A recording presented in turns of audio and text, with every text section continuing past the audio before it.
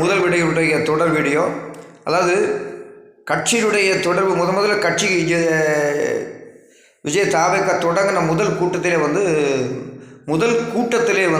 அவர் என்ன சொல்கிறாருன்னா, காங்கிரஸ் என்ற ஒரு இயக்கம் மிகப்பெரிய நல்ல இயக்கம், காங்கிரஸ் கட்சி தான் இந்த வரைக்கும் இந்தியாவில் உள்ள நல்ல கட்சின்னு சொல்லியிருக்கார். அவர் முதல்ல காங்கிரஸோட தொடர்பு கொண்டபோது தான் காங்கிரஸ் அவரோட தொடர்பு கொள்கிறது. காங்கிரஸ் முதல்ல போய் அவரை ஒரு ஓட்டுக்காகவோ இல்லை சீட் ஷேரிங்காகவோ செய்யலை. ரெண்டாவது தடவை நான் சொல்கிறேங்களுங்க, 1975 மிசா என்ற ஒரு இந்திரா காந்தி எமர்ஜென்சி மிசா அறிவிக்கப்பட்ட போது கலைஞருடைய திராவிட இயக்கமும் கலைஞருடைய குடும்பமும் சிறை செய்யப்பட்டது. கலைஞருடைய குடும்பத்தில் உள்ள நிறைய பேர் கைது செய்யப்பட்டு திராவிட இயக்கத்தினுடைய தொண்டர்கள் எண்ணற்றவர்களை கைது செய்து சிறையில் சென்று அடித்து நொறுக்கினார் என்றெல்லாம் பேர் வெளியில் சொல்கிறார்கள். அடிக்கப்பட்டார்கள், மிகப்பெரிய வன்கொடுமை நடத்தப்பட்டதான் சொன்னார்கள். ஆனால் அடுத்த பஸ்ஸாக அந்த எமர்ஜென்சி காலம் 2 ஆண்டு கழிஞ்ச உடனே அந்த காங்கிரஸ் சாபன காங்கிரஸ் இந்திரா காங்கிரஸ்னு பிரியுது. அப்போ இந்திரா காந்திக்கு தமிழ்நாட்டில் ஒரு கட்சி கூட்டணிக்கு கேட்கும்போது இதே எமர்ஜென்சியில் மிகப்பெரிய பாதிக்கப்பட்ட கலைஞருடைய திராவிட முன்னேற்ற கழகம் அன்னை இந்திரா காந்தியோட கூட்டணி வைத்து 40 தொகுதிகளில் பாராளுமன்றத்தில் வெற்றி பெறுகிறது.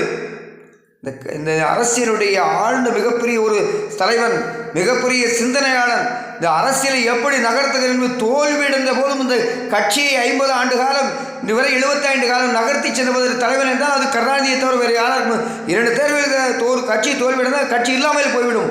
ஆனால் 50 ஆண்டு கால அரசியல் 70 ஆண்டு கால அரசியல் இன்னைக்கு அரசியலில் திராவிடர்கள் நிற்குன்னு சொன்னால் அதுக்கு முழுமையான கழகம் அன்பு தலைவர் டாக்டர் கலைஞர் அவர்கள். அப்படிப்பட்டவருடைய ஒரு புத்தி கூர்மை எப்படி இருந்திருக்கிறது. இந்த தமிழக மக்கள் காங்கிரஸ் என்ற ஒரு இயக்கத்தின் மீது தீராத பற்றுள்ளவர்கள்.